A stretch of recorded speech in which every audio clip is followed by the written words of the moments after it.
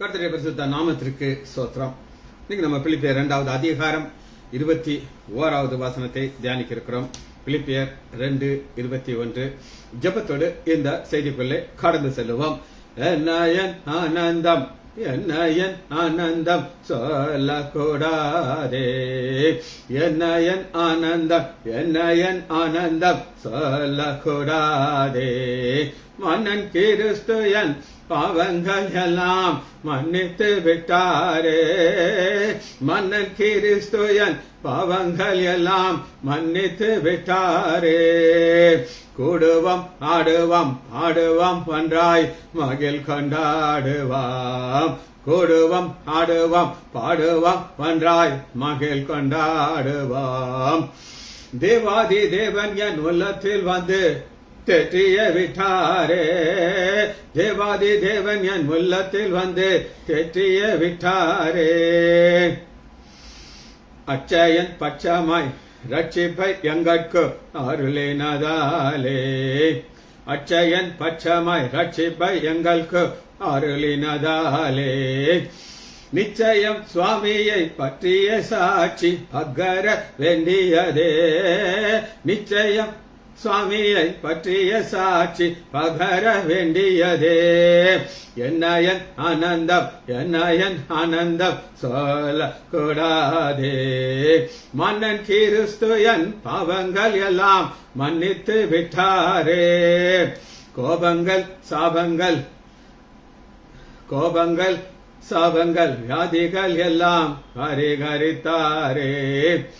ஜீவாதி தேவன் என் உள்ளத்தில் வந்து தேற்றிய விட்டாரே, தேவாதி தேவன் என் உள்ளத்தில் வந்து தேற்றிய விட்டாரே.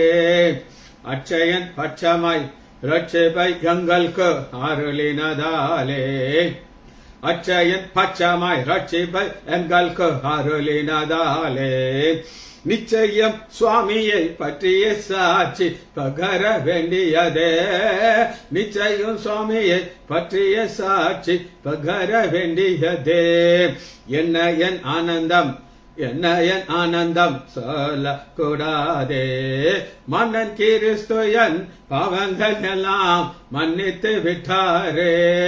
வெண்ணங்கி பொன்மோடி வாத்திய மேல் வீட்டில் ஜெய கொடியுடனே, வெண்ணங்கி பொன்மோடி வாத்தியம் மேல் வீட்டில் ஜெய கொடியுடனே.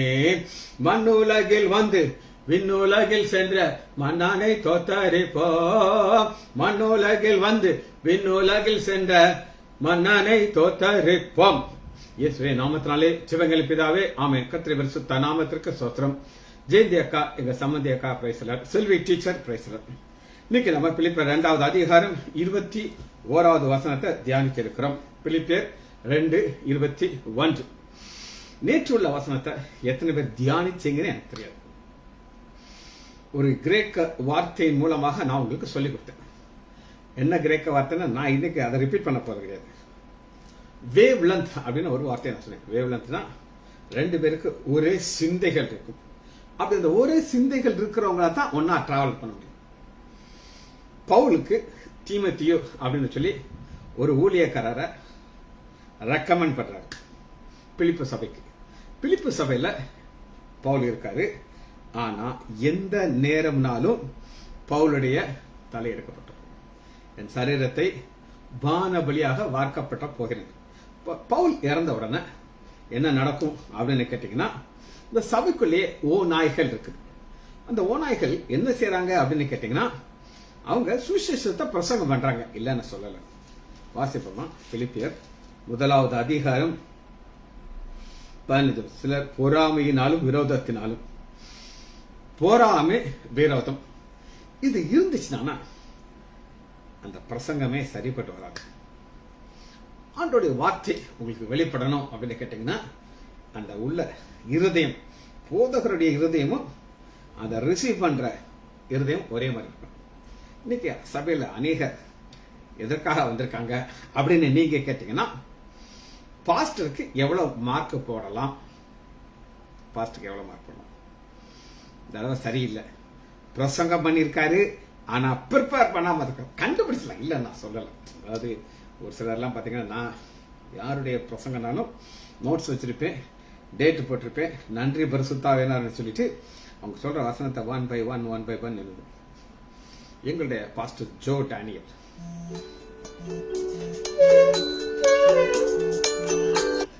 அவர் ஒரு அருமையான ஒரு விசுவாசி, போதகர். அவர் சில கிரேக்க வார்த்தைகளை சொல்லுவார், அருமையா அதுக்கு ஒரு விளக்கத்தை சொல்லுவார். அந்த விளக்கத்தை கேட்டுட்டு நான் அவர்கிட்ட கேட்பேன், பாஸ்டர் எனக்கு அதனுடைய கரெக்டா அந்த இங்கிலீஷ் வார்த்தையை சொன்னீங்கன்னா நான் அதை என்னுடைய பிரசங்கத்தில் யூஸ் பண்ண முடியும் அப்படின்னு அவர்கிட்ட நான் கேட்டு வாங்கிக்கிட்டேன். அழகா ப்ரிப்பேர் பண்ணாம வரவே மாட்டார். ஆனா அதே நேரத்தில் ரைட் டீச்சர் போட்டிருக்காங்க, அதே நேரத்தில் ஒரு சிலருடைய பிரசங்கம் தங்களுக்கு என்ன ஆதாயம் கிடைக்கும்ங்கிறத மட்டும் வச்சு செய்வாங்க. இவங்க பொறாமை பாருங்க, சிலர் பொறாமையினாலும் விரோதத்தினாலும். இவங்க பவுல் போனது உடனே தீமோத்தேயுன்னு ஒரு நபர் உள்ள வரலைன்னா அந்த சபையை ஒரு ஓநாயாக மாறி அதில் சாப்பிட்டு. அதனால பவுல் என்ன சொல்லுகிறாருன்னு சொல்லி முதல் வசனத்தை வாசிக்கிறேன். இன்னைக்கு பிலிப்பியர் 2வது அதிகாரம் 21வது வசனத்தை முதல் வாசிப்போம்.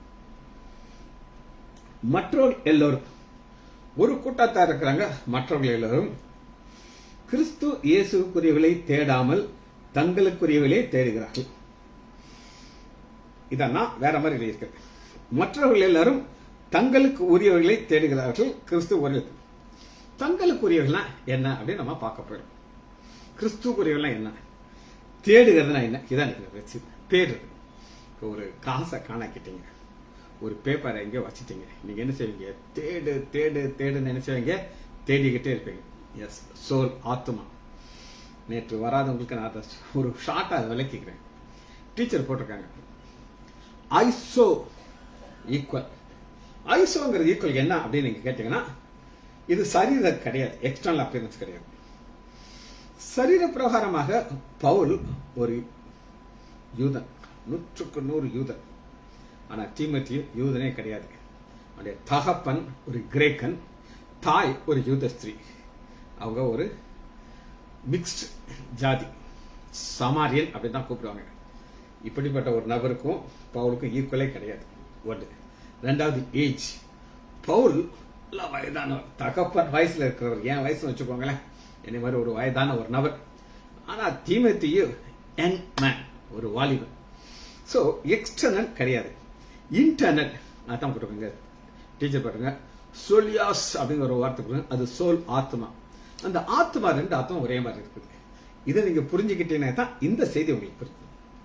அப்ப ரெண்டு வகையான மக்கள் உலகத்துல இருக்காங்க. நான் சொல்ல உலக மக்கள் கிடையாது, ஊழியத்துல இருக்கிறவங்க. இந்த ஊழியத்துல இருக்கிறவங்க என்ன செய்வாங்க அப்படின்னு நீங்க கேட்டீங்கன்னா, எப்படியாவது பணம் சம்பாதிக்கும். யார்கிட்ட இருந்து? விசுவாசிகிட்டு இருந்து. பலது நான் சொல்ல மாட்டேன், ஒரு இந்த காரியத்தை சொல்றேன். ஒரு சீனியர் ஊழியக்காரர், சீனியர், எத்தனையோ பேர் ஆண்டவர்களை வழி நடத்தினவர். அவருக்கு பணம் தேவை, எல்லாருக்கும் தான் பணம் தேவை. ஆனா என்ன செய்தார் அப்படின்னு கேட்டீங்கன்னா, ஒரு தங்க சாவி அப்படின்னு ஒரு டெக்னிக்கை கொண்டு வந்தார். நான் சொல்றது கற்பனை கதை கிடையாது, உண்மையிலே நடந்தது. இவர் இவ்வளவு நாளும் கிறிஸ்து இயேசுக்குரிய தேடிட்டு இருந்தாரு, டக்குன மாத்திட்டார். அவர் என்ன சொல்றார் அப்படின்னு சொன்னார், இறந்துட்டார் அவர். நீங்க இந்த தங்க சாவி 1 லட்ச ரூபா, நான் சொல்றது ஒரு 25 வருஷத்துக்கு முன்னாடி, 1 லட்ச ரூபா கொடுத்து இந்த தங்க சாவியை நீங்க வாங்கினீங்கன்னா, அதை வைத்து நீங்க பரலோகத்தை திறந்து நீங்க பரலோகத்துக்குள்ள போயிடலாம். எல்லாத்துக்கும் வசனம் இருக்கா? எஸ். இவங்க வசனம் இல்லாமலாம் பேச மாட்டாங்க.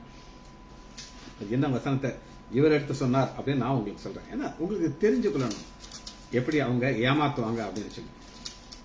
வாசிப்போமா? மத்தேயு எடுத்துக்கொள்ளுங்க.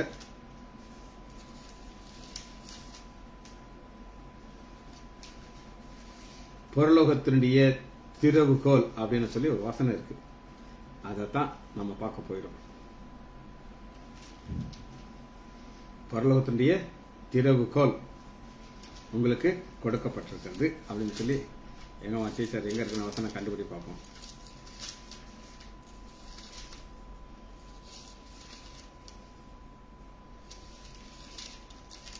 சரி, அந்த வசனத்துல திறவுகோல் அப்படின்னு ஒரு வசனம் இருக்கு.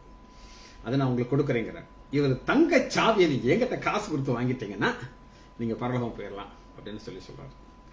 இது 100% தவறான போதனை. சரி, இப்ப வசனத்தை வாசிப்போம், அதுக்குள்ள நம்ம செய்திக்கு பார்க்க இருக்கிறோம். எடுத்துக்கொள்ளுமா, பிலிப்பியர் 2வது அதிகாரம் 21வது வசனம். மற்றவர்கள் எல்லாரும் கிறிஸ்து இயேசுக்குள்ளே தேடாமல் தங்களுக்குள்ளே தேடுகிறார்கள். அப்ப நாம் எதை தேடணும்? இதான் நம்முடைய இன்னைக்கு செய்தி. நாம் எதை தேடணும்? வாசிப்போமா?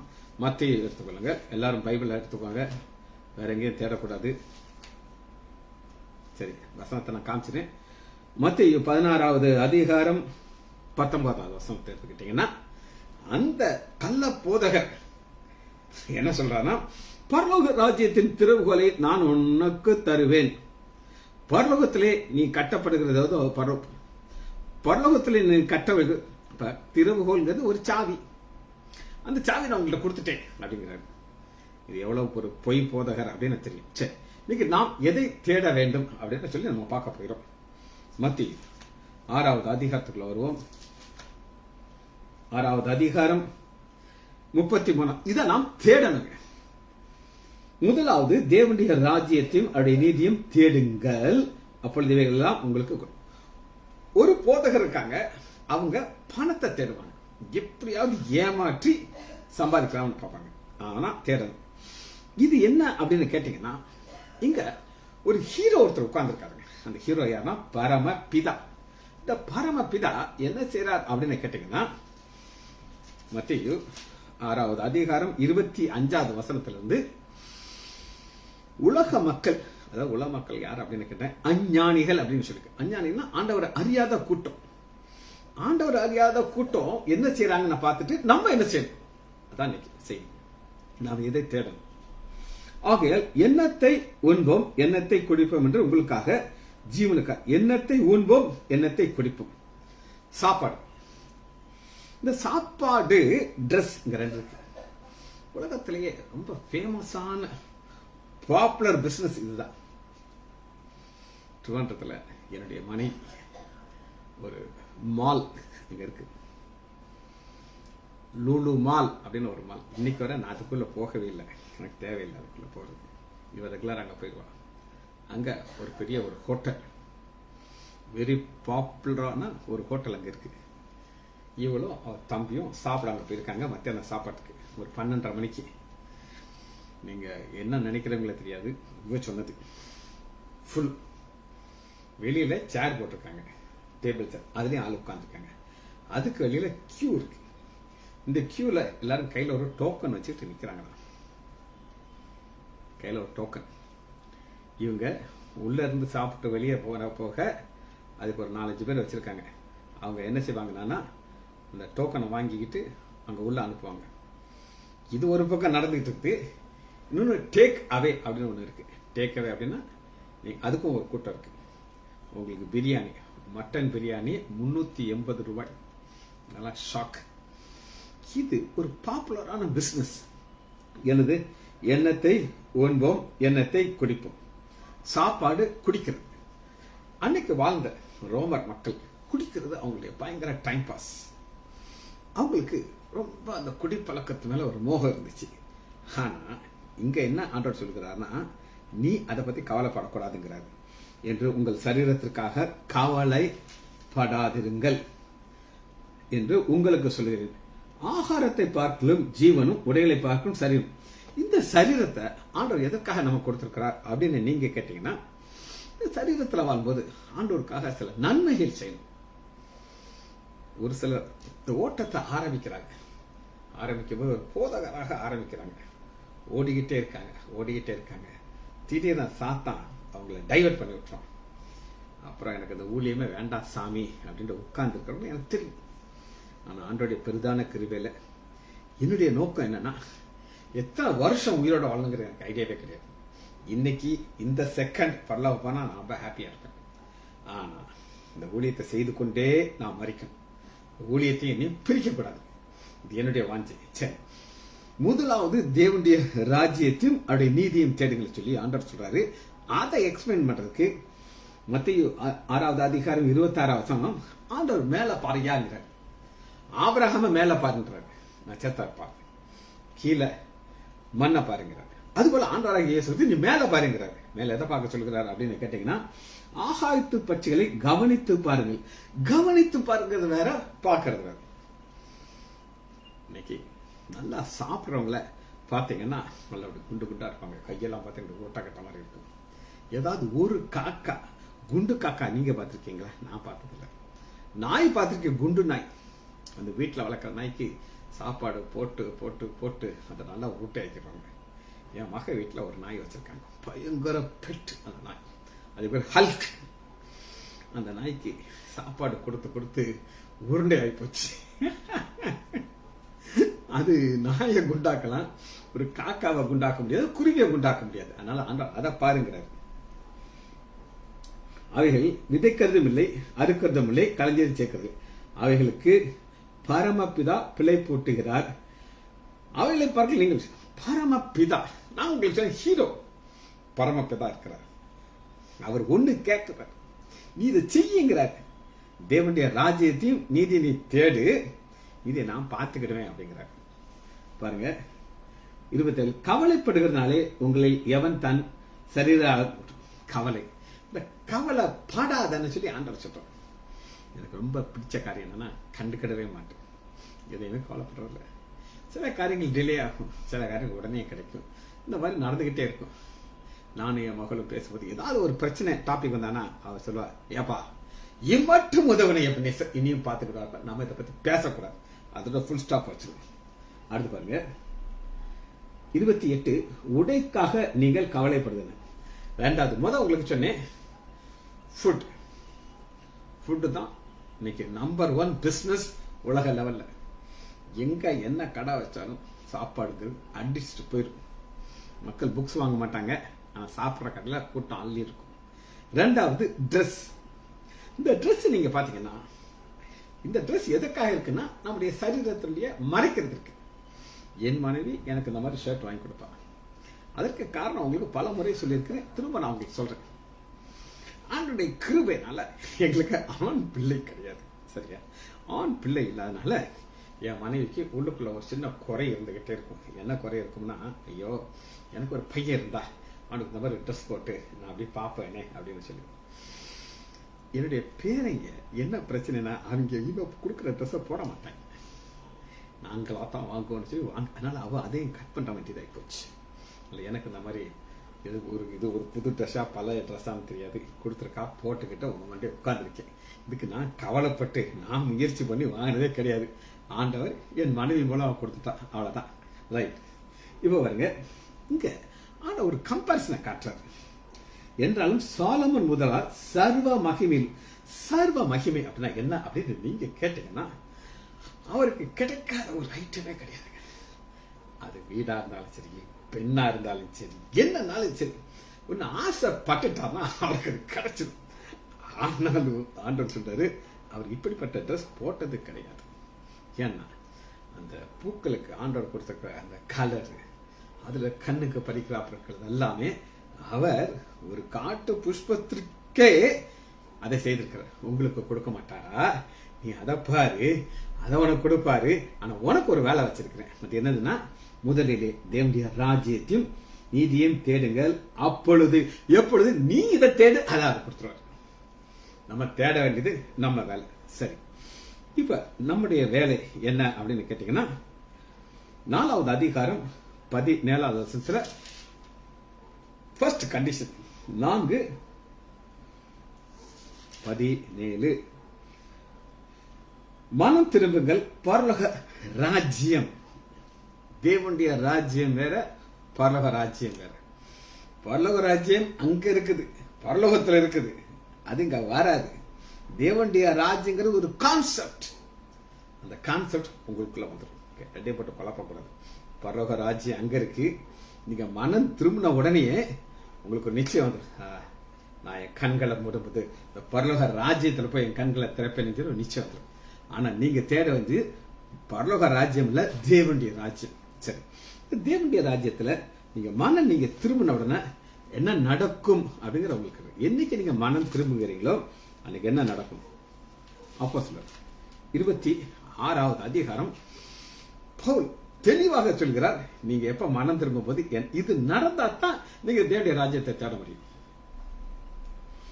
அவர்கள் என்னை பற்றும் விசுவாசத்தினாலே பாவ மன்னிப்பையும் பற்று விசுவாசம் அப்படின்னா என்ன அப்படின்னு கேட்டீங்கன்னா, நான் விசுவாசிக்கிறேன் எனக்காக ஆண்டவராக இயேசு கிறிஸ்து பரலோகத்துல இந்த பூமிக்கு மனுஷன் வந்தார்.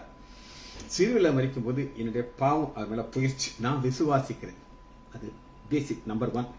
அடுத்து பாருங்க, பாவ மன்னிப்பையும் பரிசுத்தமாக்கப்பட்டவருடைய சுதந்திரத்தையும். பரிசுத்தமாயாச்சு, தேவனுடைய ராஜ்யத்தை தேட ஆரம்பிச்சிட்டீங்க.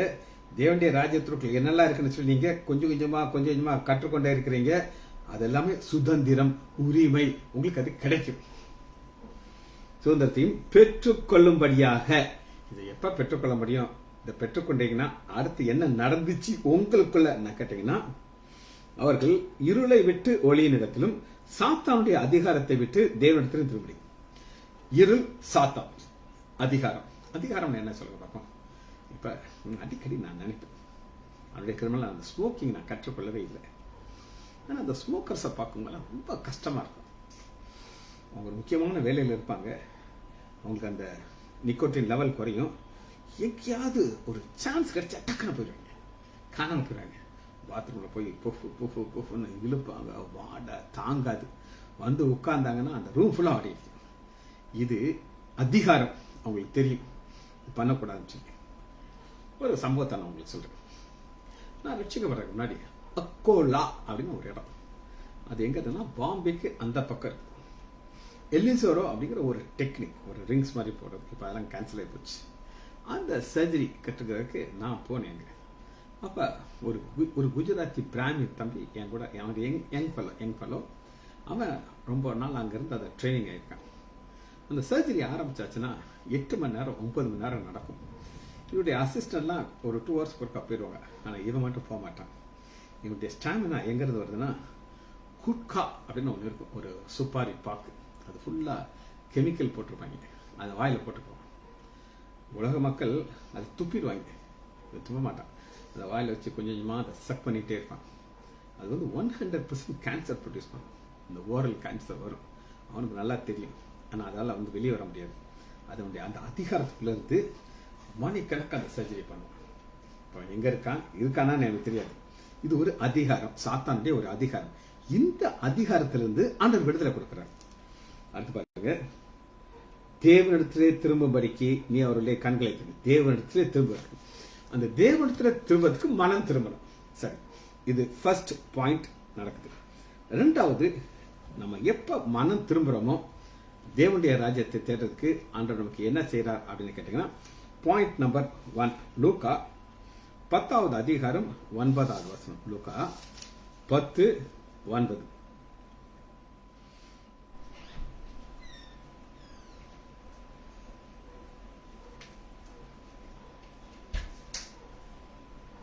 லூக்கா 10:9 நான் வாசிக்கிறேன். அவ்விடத்தில் உள்ள பிணியகால் சுஸ்தமாக்கி தேவனுடைய ராஜ்யம் உங்களுக்கு சபையுமா வந்து.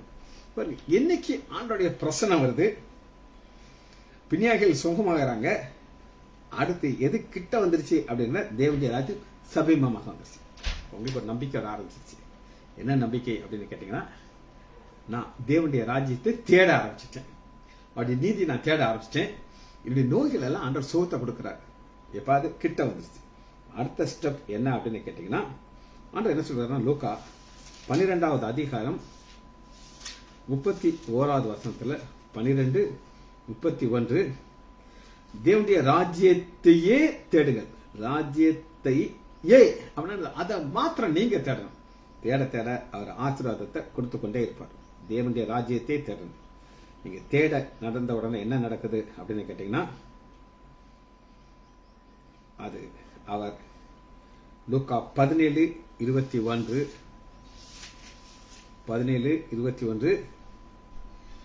இதோ தேவனுடைய ராஜ்யம் உங்களுக்குள்ளே இருக்குது. மனம் திரும்புறீங்க, சபைமம் வந்துருச்சு. தேடுறீங்க, உங்களுக்குள்ள வந்துருச்சு. இப்ப உங்களுக்குள்ள இருக்கு, எனக்குள்ள இருக்கு. நம்ம நூற்றுக்கணக்கான செய்திகளை கேட்டாச்சு, 1000 வருட அரசாட்சி, எக்ஸட்ரா எக்ஸட்ரா, அதெல்லாம் உங்களுக்குள்ள வந்துருச்சு. நம்மளுடைய காரியம். சரி, இப்ப நான் அந்த வசனத்தை வாசிக்க போயிடுறேன். அதுல அடுத்த ஸ்டெப்பை நம்ம பார்க்க போயிடும். பிலிப்பியர் 2வது அதிகாரம் 21வது, மற்றவர்கள் எல்லாரும் கிறிஸ்துவுக்குரியவர்களை தேடாமல் தங்களுக்குள்ள. கிறிஸ்துவுக்குரியவர்களை தேடுறதுனா என்னன்றது அடுத்த ஸ்டெப் உங்களுக்கு காட்டுறேன். ஊழியம் செய்ய வேண்டும். லூக்கா யோவான் 12வது அதிகாரம் 26வது வசனம். லூக்கா 12:26. ஒருவன் எனக்கு ஊழியம் செய்தால் என்னை பின்பற்ற கடவுள். அந்த பின்பற்றது என்னன்னா, ஆண்டோடைய திங்கிங்கும் நம்முடைய திங்கிங் ஒரே மாதிரி இருக்கு. நான் எங்கே இருக்கிறேனோ அங்கே என் ஊழியக்காரன். ஆண்டவர் இதை விட்டுட்டு பரலோகத்துக்கு போயிடுவாரு, அங்க நம்ம இருப்போம். ஒருவன் எனக்கு ஊழியம் செய்தால் அவனை பிதாவானவர் கனம் பண்ணுவார். இந்த வசனம் தான் என்னுடைய கீ வசனம். ஊழியத்துல ரொம்ப வஞ்சியா இருக்கிறதுக்கு காரணம் இந்த வசனம். ஆண்டவர் என்னை கனப்படுத்திக்கிட்டே இருக்கிறார். எங்களோட குடும்பத்துல நாங்க எத்தனையோ காரியங்கள் ஒன்னாக இருந்தாலும் எனக்கு என் மனைவிக்கு விசேஷமான ஆச்சரியத்தை ஆண்டவர் கொடுத்திருக்காருன்னா ஊழியம் செய்யறதுனால. சரி, ஊழியம் செய்யறவர்ல ஆண்டவர் எப்படி ஆசீர்வதிக்கிறார்னு நம்ம பார்க்க போறோம். மல்கியா 3வது அதிகாரம் 17வது வசனம். இந்த வசனத்தை கேட்கிற ஒரு சிலர்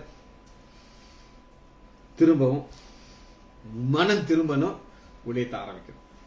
சரி, ஏன்னா இங்க ஆண்டவர் விசேஷமான ஒரு காரியத்தை ஊழியக்காரர்களுக்கு மட்டும் கொடுக்கிறது, எல்லாருக்கும் கிடையாது.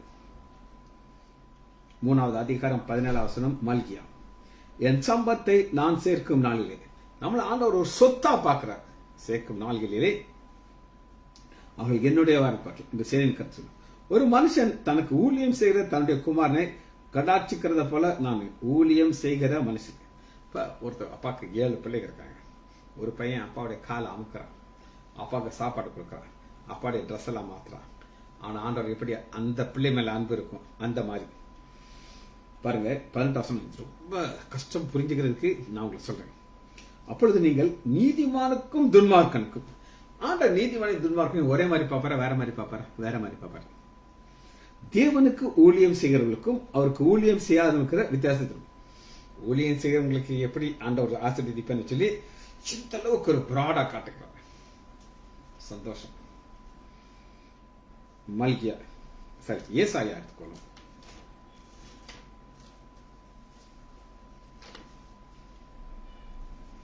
அறுபத்தி 6வது அதிகாரம்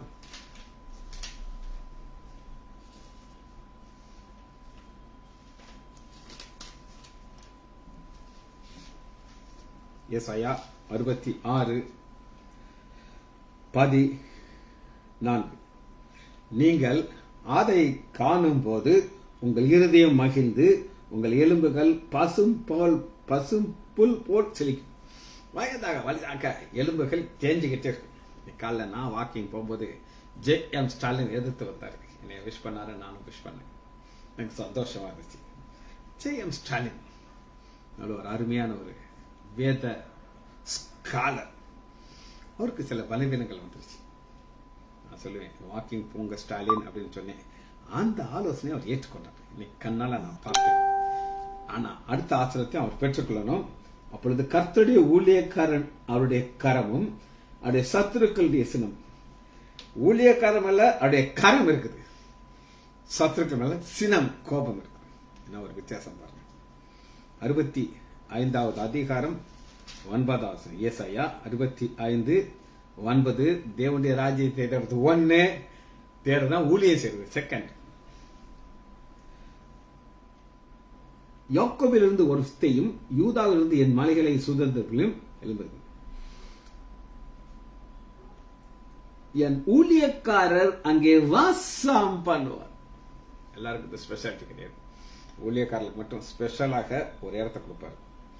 இன்னொரு கடைசியாக இதுல ஒரு காரியம் என்னன்னா, ஏசாயா 54வது அதிகாரம் 17வது வசனத்துல, உனக்கு விரோதமாக உருவாகும் எந்த ஆயுதமும் வாய்க்காது போகும், உனக்கு விரோதமாக எந்த நாவியும் நீ குற்றப்படுத்துவாய், இது கர்த்தருடைய ஊழியக்காரின் சுதந்திரம், என்னால் உனக்கு நீதிமா இருக்கு. உங்களுக்கு நான் அந்த வசனத்தை சொல்லி கொடுத்திருக்கேன். எனக்கு விரோதமாக, எங்க ஆஸ்பத்திரிக்கு விரோதமாக RSS பிஜேபி இந்த பிரச்சனை வந்துச்சுங்கிற நாகர்கோயிலே எனக்கு நியூஸ் வந்துருச்சு. வாசனத்தை சொல்லி சொல்லி சொல்லி ஆண்டவர்கிட்ட ஜெபிச்சுக்கிட்டே வந்தேன். வந்து அவங்க நாக்கெல்லாம் ஆண்டவர் கட்டி போட்டார். எங்களை மாத்திரம் உயர்த்தினார். சரி, மற்றவர்கள் எதை தேடுகிறார்கள் பார்த்துட்டு அல்லமல்ல டக்குன்னு பார்த்து அதை முடிச்சிருவோம். ஏன்னா மற்றவர்கள் எதை தேடுறாங்க அப்படின்னு நீங்க கேட்டீங்கன்னா எடுத்துக்கொள்ளாம 1 கொரிந்தியர் 15வது அதிகாரம் 19வது வசனம். 1 கொரிந்தியர் 15:19. இம்மைக்காக மாத்திரம் நாம் கிறிஸ்துவின் நம்பிக்கை இருந்தால் எல்லா மனுஷங்களும் இம்மைக்காக மாத்திரம். மற்றவர்கள் கிறிஸ்துக்குரியதை தங்களுக்கு இம்மை. எங்களுக்கு ஒரு வீடு வேணும், ஒரு கார் வேணும், அது வேணும், இது வேணும், உனக்கு பரலோகத்தை அதெல்லாம் எனக்கு இங்க கிடைச்சாலே போதும். இங்க உயிர்த்தெழுதல் அதிகாரங்களும் உயிர்த்தெழுதை பத்தி கவலையே பட மாட்டாங்க, இமைக்கு மாத்திரம். அவருடைய கடவுள் யார் அப்படின்னு நீங்க கேட்டீங்கன்னா, அவங்க கடவுளை பிலிப்பியர் 3வது அதிகாரம் 19வது வசனம், அவருடைய முடிவு அழிவு, அவருடைய தேவன் வாயிறு, அவருடைய மகிமை, அவருடைய இலச்சையே, அவர்கள் பூமிக்கு அர்த்தங்களை தேடுகிறார்கள். நம்முடைய குடியிருப்ப பரலோகத்தில் இருக்கு. ஆப்போசிட். கடைசியா ஒரு வசனத்தை வாசி நம்ம இதை முடிக்க போயிடும். கொலோசியர் 3வது அதிகாரம் 2வது வசனம். கொலோசியர் 3:2. பூமிக்குரியர்களை அல்ல மேலானவைகளை தேடு. ஏன் பூமிக்குரியர்கள் அல்ல அப்படின்னு கேட்டுங்க, அந்த பூமி அழிய போகுது. நீங்க எத்தனை கோடி கோடி கோடி சொத்து வச்சிருந்தாலும் அது அழிஞ்சு போயிருக்கும். ஒரு நியூஸ் உங்களுக்கு நான் சொல்றேன். இந்த ஸ்பின்னிங் மில் அப்படின்னு நீங்க கேள்விப்பட்டிருக்கீங்க. இந்த ஸ்பின்னிங் மில் எல்லாம் லாஸ்ல போய் மூடி கொண்டு இருக்காங்க. ரயில்வே ஸ்டேஷன் பக்கத்துல MNR மில் அப்படின்னு ஒரு மில் ஒன்று. எனக்கு அவங்கள பல வருஷமா தெரியும். அதை பேங்க்ல லோனுக்கு போய் அதை ஃபுல்லா இடிச்சு பிளாட் போட போறாங்க. கடைசியாக ஒரு பெரிய விலாசம், அது பேர் சொல்ல விரும்பல, அவங்க ஸ்பின்னிங் மில் ஃபார் சேல். உங்களுக்கு யாருக்காவது வேணும்னு வாங்கிக்கோங்க, நான் ரெக்கமெண்ட் பண்றேன். நீங்க வாங்கினீங்கன்னா நீங்க ஒழிஞ்சு போயிருவீங்க. அப்ப ஸ்பின்னிங் மில் எல்லாம் மூடிட்டு இருக்காங்க. நம்மள ஆண்டவர் ஆசீர்வதிச்சிருக்கிறாரு, எந்த குறையும் இல்லாதபடி. காரணம், நமக்கு தேவையான புதிய வானம் புதிய பூமி. 3வது அதிகாரம் 15வது வசனம், எதை நீங்க தேடணும் அப்படிங்க, தேவ சமாதானம் உங்கள் இருதலே ஆளுக்கிறது. மேலானவைகளை தேடுங்கள் அப்படின்னு சொன்னார்னா, அதை தேடுனா நமக்கு என்ன கிடைக்கும்னா தேவ சமாதானம். அப்படி இருக்கும் பொழுது 3வது அதிகாரம் 22வது வசனத்துல, பார்வைக்கு ஊழியம் செய்யாமல் தேவனுக்கு பயப்படுகிற கபடு இல்லாத இருதயத்தோடு ஊழியம் செய்யுங்க. கபடு இல்லாத ஊழியம் என்ன அப்படின்னு கேட்டீங்கன்னா, எனக்கு என்ன ஆதாயம் கிடைக்கும்ங்கிற ஒரு நோக்கம் இல்லாதபடி நீங்க கிறிஸ்துக்குரியவர்களை தேடுற ஊழியக்காரராக மாறும். அது என்னுடைய வாஞ்சை. ஜெபத்தை முடிப்போமா? மகா இரக்கமும் கருவேமில்ல பிதாவே, உம்மை துதிக்கிறோம் ஐயா. நான் உள்ள இருதயத்தோடு உங்களுடைய திரு சமூகம் வருகிறோம் ஐயா. எத்தனை நன்மைகள் ஐயா, எத்தனை கருவிகள் ஐயா, சொல்ல முடியாத ஈவுகளுக்காக நன்றி. பிள்ளைகள் ஒவ்வொருவரையும் என் ஆண்டவராகிய இயேசு கிறிஸ்துவின் நாமத்தினாலே ஆசீர்வதிக்கிறேன். இயேசுவின் நாமத்தினாலே ஜெபங்களை பிதாவே. ஆமேன், ஆமேன், ஆமேன்.